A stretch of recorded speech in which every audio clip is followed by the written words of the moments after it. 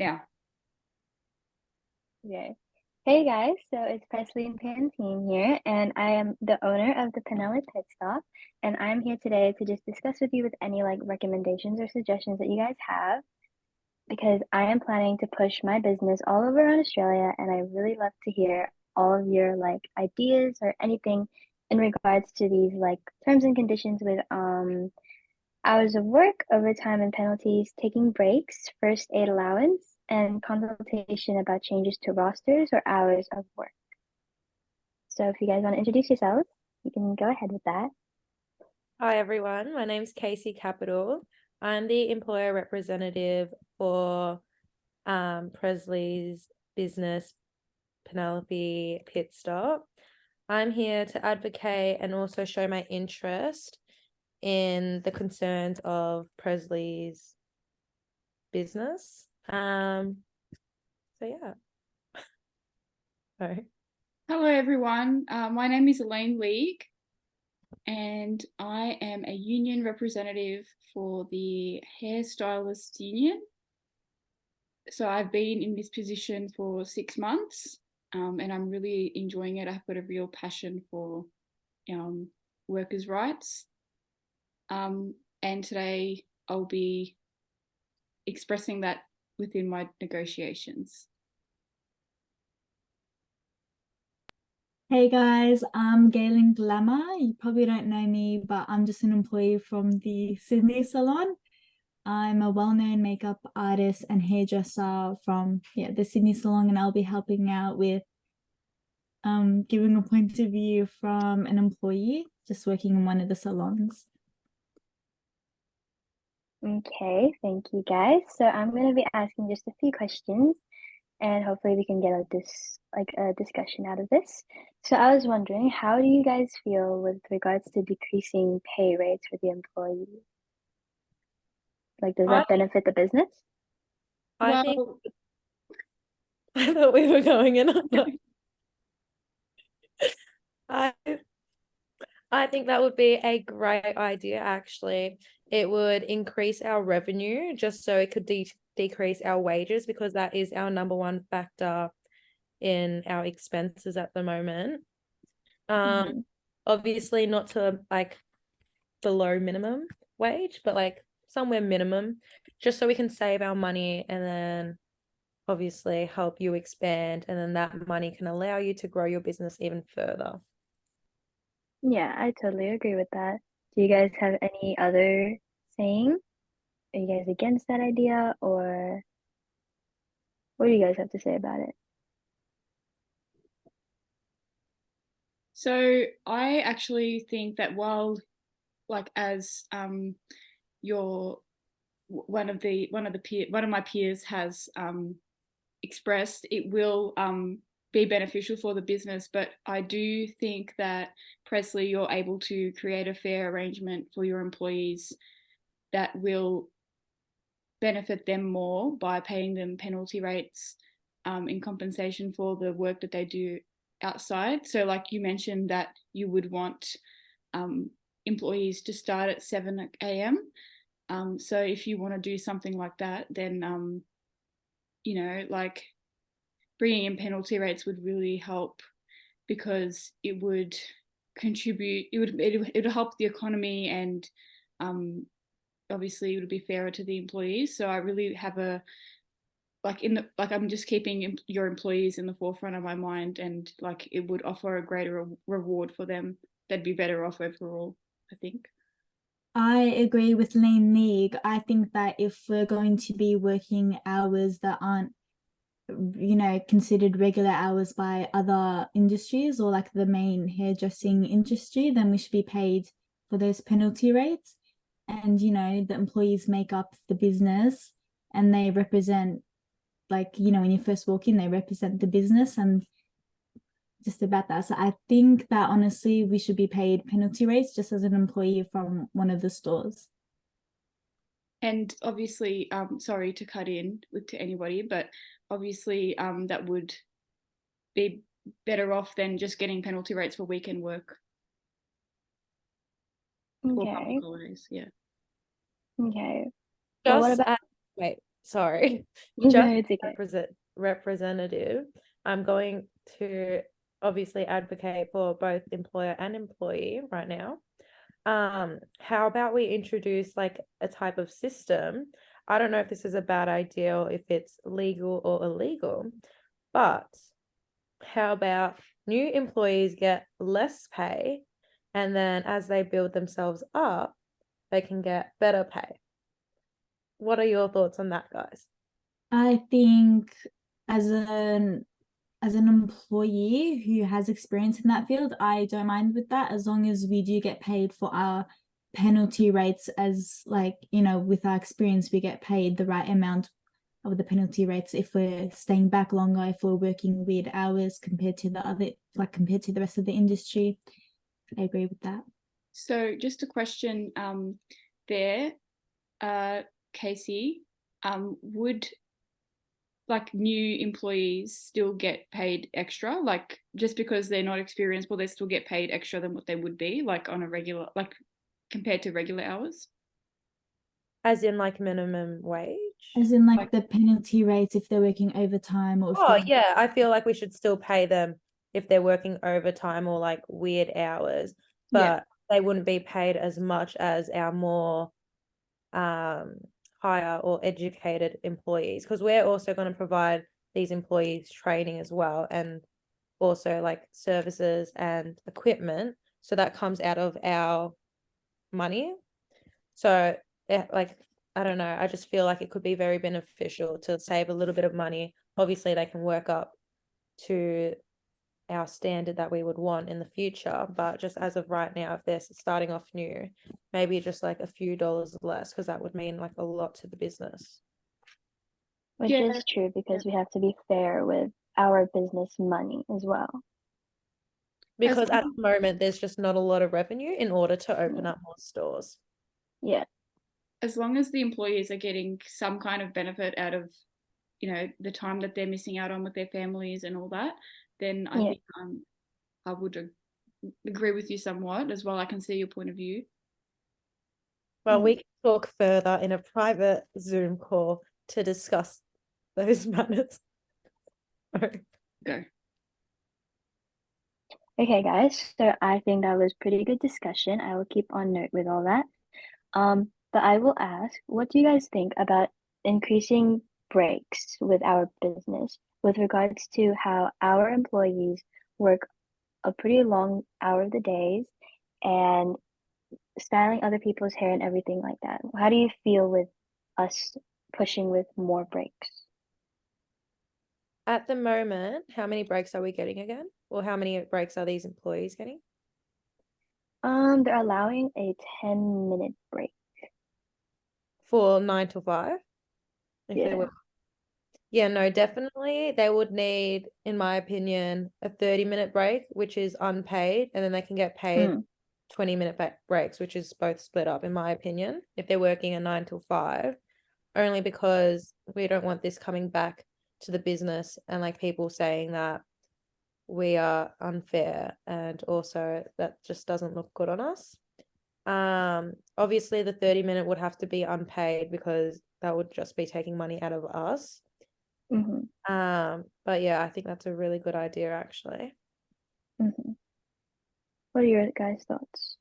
I think that just because I've always got employees at the forefront of my mind, I think that it's like the employees will be better off with a 10 to 15-minute paid break after every client, because, you know, like your employees are standing out there literally with their backs like bent over like blow drying, and like their hands are sore and their necks are bent, and like I just feel like they need time out, and I think it's better than just 2 10-minute breaks. I think like clients can even take up to an hour, 2 hours, sometimes even 4 hours, depending on what they're getting done. Like I just think it's not, it would be nice for them to have a bit more of a break. I definitely agree with that. I know personally, I know some co-workers who have sprains, or just like they have to take off time from work, and sometimes long periods of time, because they've hurt their arms when they're doing clients' hair, because, you know, it takes time, your arms are up in the air for a while. and some clients that have really long hair, so it's stressful for that, especially when you're blow waving the hair. So I think I agree. I think 10 minutes of paid break after every client will help. I think that's the best move that we can do, because it's the employees are taking a break, and we'll be more motivated to continue on to the next client. Like, we'll keep on being motivated, we'll keep on giving what, like, the reputation, what the business wants from us to do. I can understand that, as you're an employee and you're a hairdresser yourself, but just comparing us to the trade business, who also do pretty hardworking work, like intensive labor work, they're doing a lot of stuff, like hurting their backs as well. They only get a 30-minute break, which is also unpaid most of the time in most trade businesses. I understand I'm not a hairdresser myself, but I just don't think a 10-minute break after every client that's paid is needed, in my opinion, just because I think it's, it's Presley's business, and it's just wasting time for her. Those 10 minutes could be doing someone else's hair. You know what I mean? Oh, can I just rebut you there, Casey? I just think, like, when you compared us to the trade business, like, they also finish a lot earlier, don't you think? Like, They also do start, some trade businesses may start 6, finish till 4. I know a company that starts at 7, finishes at 6 p.m. So I just don't know if it's, I don't know. I'm happy to give them like a 5-minute water break. that's a bit harsh, don't you think? Take that back, cut that out. I'm happy to give them a break. Like, they're allowed to sit down, obviously, after their client. But I would be more happy to do like a 10-minute break that's unpaid after every client. I'd rather do that than a paid 10 minutes.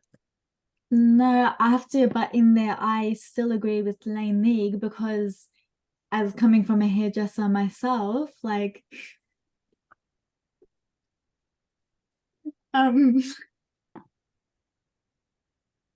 so yeah, I agree with Lane League, because coming from a hairdresser myself, I know the struggles of not having enough time in between clients to,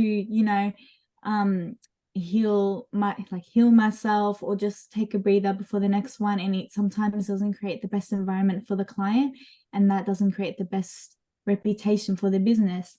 So even if we get 10 minutes of unpaid time, the client may come early, and then it's just a 2-minute break. So I think, like, for when that happens, we deserve it to be paid. It's not much of a difference, but like, it's not much extra. Yeah. Yeah.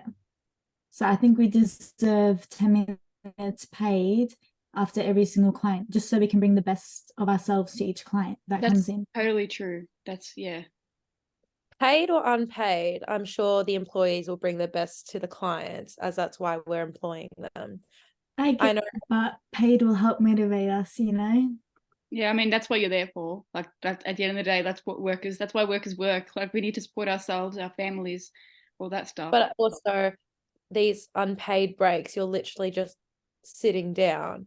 So I'm paying, like, Presley and I are paying you, or Presley, sorry, is paying you to sit down and relax when you could be doing something else. I think you should consider it not as just sitting down and not doing anything, but as a And time. what will you be doing? But as a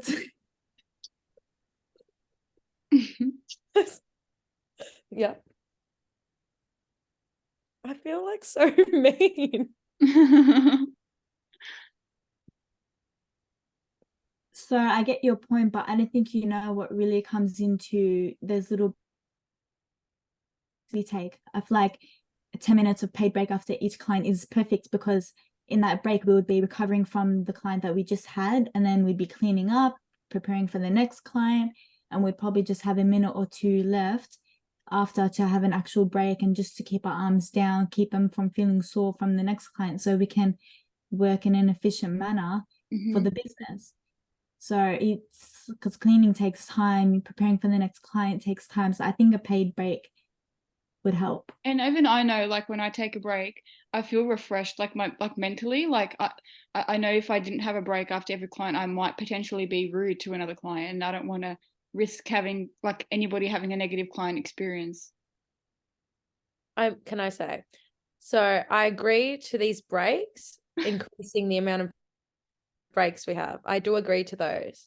But also comparing us to like other cosmetics companies, like let's say Max Cosmetics or Mecca or Sephora, who do people's makeup. They're a service, but they also sell stuff. They're a retail.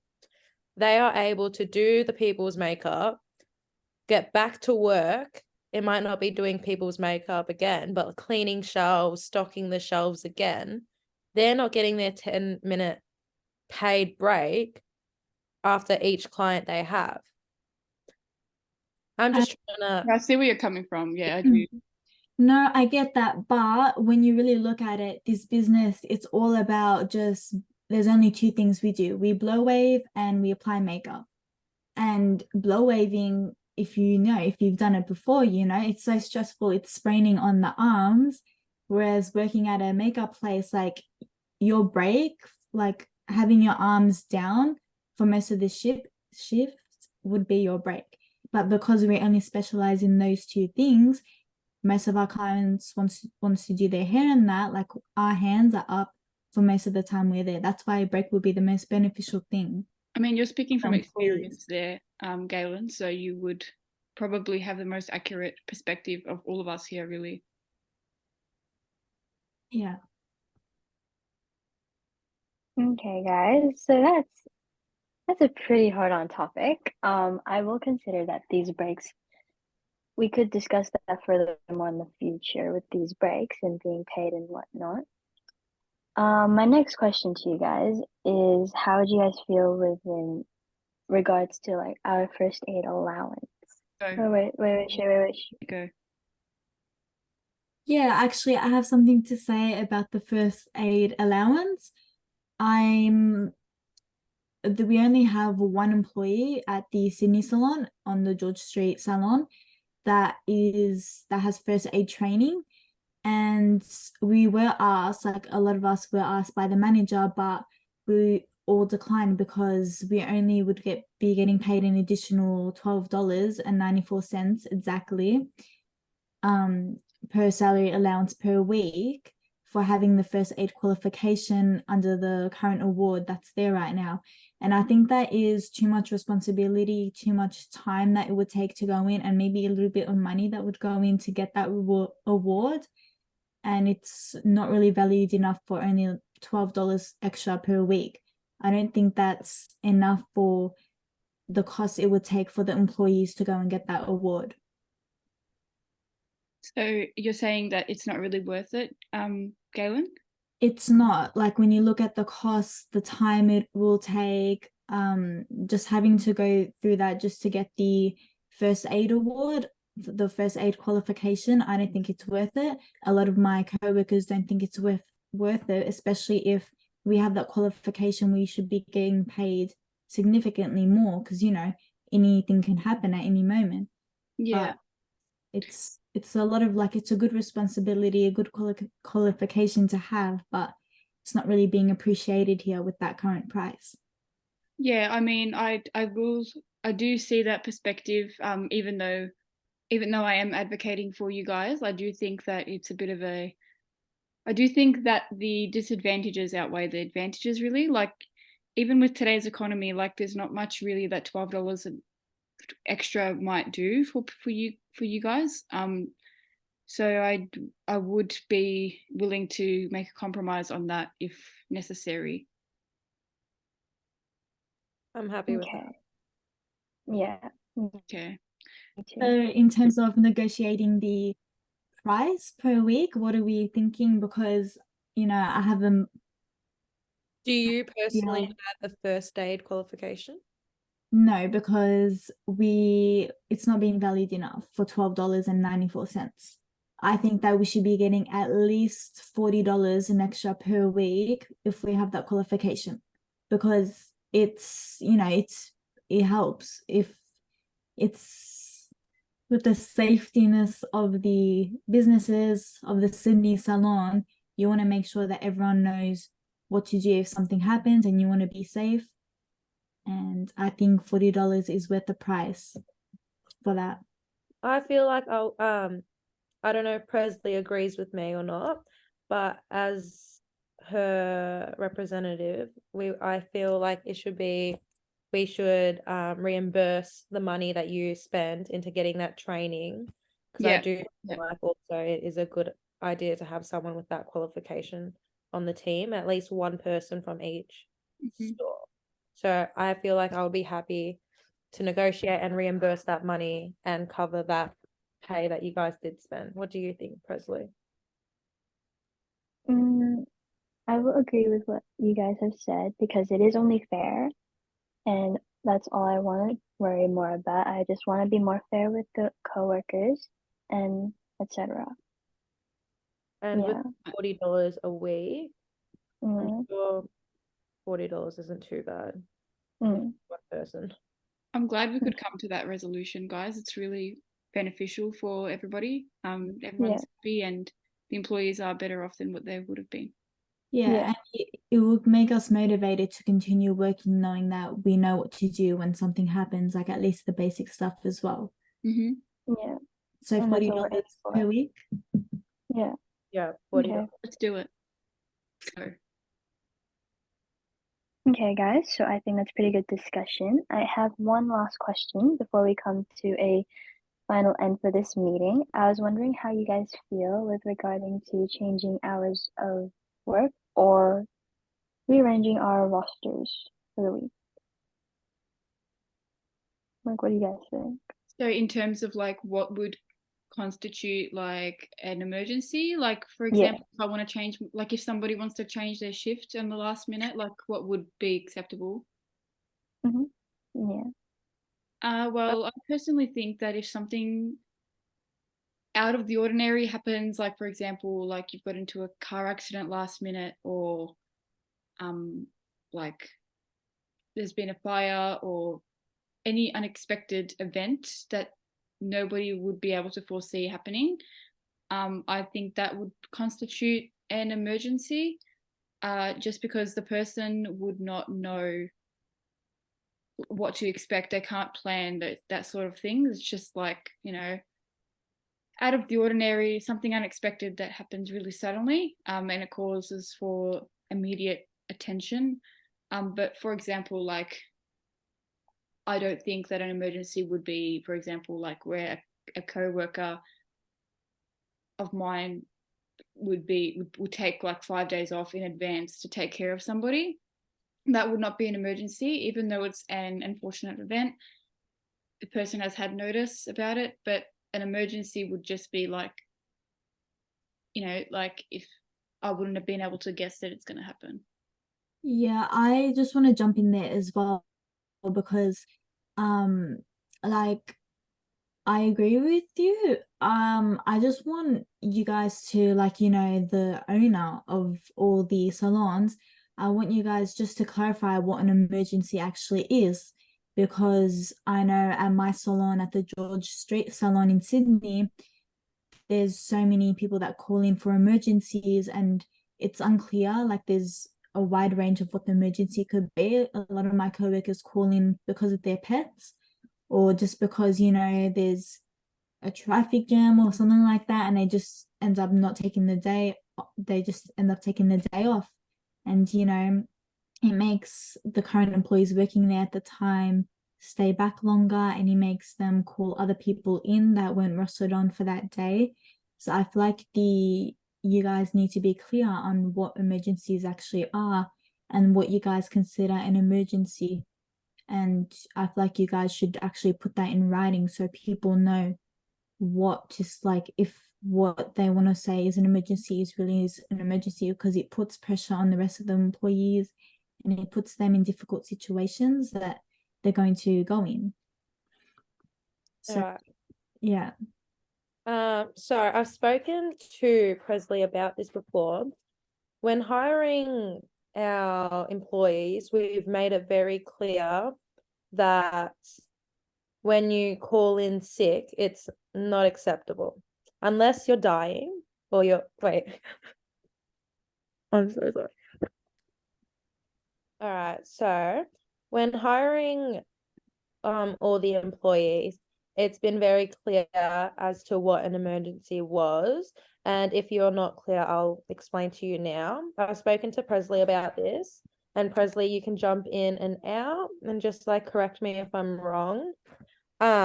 Emergencies are if you're feeling extremely unwell and you have to get like you have to go to the hospital or you're really like just unwell. Keep on going. If you're feeling extremely unwell, I can completely understand that.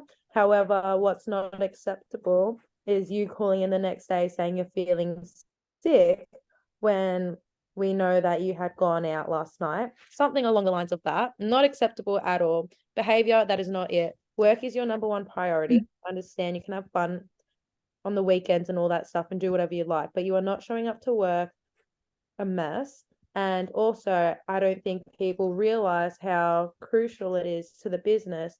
If you don't show up to work and we can't find a cover, we're losing out clients. They might not want to come back. So we're not going to be able to have loyal clients. We're going to have a bad name because one of our employees can't show up because they're feeling sick. Obviously, a lot of people call in sick all the time and we can't say no. But there has to be a clear like rule and just like I don't know, just yeah. I want to just jump in there. I agree with you.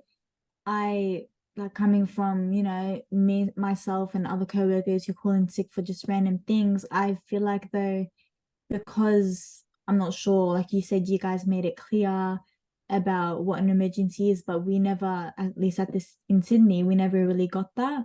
So I feel like you guys should have it in writing somewhere or like send a message to each store or like just give us reminders of what counts as an emergency, because as far as I know, me and my coworkers were really unsure about what an emergency is. Mm-hmm. So what have you and your co-workers, when you've been calling in your emergencies, what have you considered your emergencies? Well, I know my coworkers call in an emergency for their pets or just for, some personal family drama, but nothing extreme of the sorts. Like we know death would probably be an emergency or like being really sick, but apart from those main, like those are clear, but we don't know where the boundary is of, all right, what else is and what else isn't an emergency. Yeah, I think a way we can improve on that is I have two things. One of them either being if you're feeling really unsick, I feel like you're gonna need to get like a doctor's note, like or something to prove that you are actually sick and send that into Presley or the owner of that business. So whoever the boss is or the supervisor is. Just so we know you're not lying about being sick, because that's a really simple thing, an easy thing that people get away with. Second, what I was going to say is that I think we could also start up something where if you're having emergencies, like your pet is sick and no one's there to take care of, obviously we can't do anything for you. And like we obviously can't say no because you have to help your pet. But I think if we give you like a few warnings, if you keep doing all these things that are like not crucial emergencies, then it could lead to possibly getting fired or just not being there for the business. So maybe just like warnings and then like maybe 3 warnings and then after that something like Yeah, I agree with the 3 warning bit I just because yeah, go on. yeah. Sorry for interrupting. No, you can continue. Oh, I You was continue. just I need a note about recommendations. yeah, I was just gonna Yeah. say, do you agree with the doctor's note requirement and all that? But what about, for example, if someone's had a car accident, like, or their pet's not feeling well, or like, how do they, like, how do they prove that? Like that would constitute an emergency. I feel like I would know that, like, if I was a car boss. accident I would agree with. Yeah. There's no, you can't really get a doctor's note for a car accident. Yeah. I just want to quickly jump in there. Like for me, an emergency, it's basically something that happens unexpectedly and something that needs immediate attention. Yeah. Yeah. So a car crash definitely, but I feel like having a sick pet, unless it's really extreme and like them being sick is really extreme, I feel like you can get that handled. You can get someone to call in for you, or if not, there's many places around Sydney. Like personally, there's many places around Sydney where you can drop off your dog at the vet or at a little daycare center for the dogs, or just someplace where they can be looked after. But yeah, I feel like you guys just need to send something to the stores, and or like put it in the contract, or just confirm it to us, whether it be individually with each employee and each manager at each store, or just by sending a message to each group of every store and letting us know what you guys consider explicitly an emergency, and just not be very broad with what you're trying to say. Like you guys need to be very detailed in what you're saying. And yeah, you can put the warnings in and that, and like us needing a doctor's certificate, but I think you guys should just let us know. Let us know that, because we're so unclear with that over here at the Sydney store. Yeah. I can understand you can feel a bit confused at the moment about what an emergency is classified. I think Presley and I will definitely have to have a Zoom meeting with all the managers around Australia, just so we can clear that up, and then hopefully they can all talk to the employees about that. But I don't know. Presley? Honestly, with all of your facts and statements, I will put that like on note, just because, like I said before, I want everything to be more fair with everybody. And if you are sick, I feel like with the 3 warnings, it's also fair for us as well, because we both want to be fair with the employees and the managers, because in that way it's like a stronger relationship with each other and better communication skills, basically. But yeah, honestly, with everything I've heard from tonight, I feel like this could really this could really benefit our business, basically. Yeah, I feel And like we had some yeah, constructive conversations and we reached some agreements that I think are really would be really valuable to Penelope Pitstop. exactly. And just like as mentioned, we will have another meeting in regards to this to, like, I guess, really come down with another conclusion, you know? Yeah. Okay. Well, Well, thanks, everyone. Just want to quickly jump in there and say, thank you guys for bringing in just a regular employee into this No, I think that's meeting. really important that we brought you on so we could get Definitely. And listening to my side and like what I think, like coming from an employer myself who's constantly working in one of the salons, considering what I say and how to adjust the place for the employees so they can improve, they can be more efficient, be more motivated to help like satisfy the goals of the company. Thanks everyone for your time. It's great talking to you, and I wish you all the very best, Presley, yeah, in your endeavors throughout your business. thank you so much. I will be contacting you guys again soon, and I hope you guys have a wonderful night. Thank you. Thank you. Bye-bye. Bye.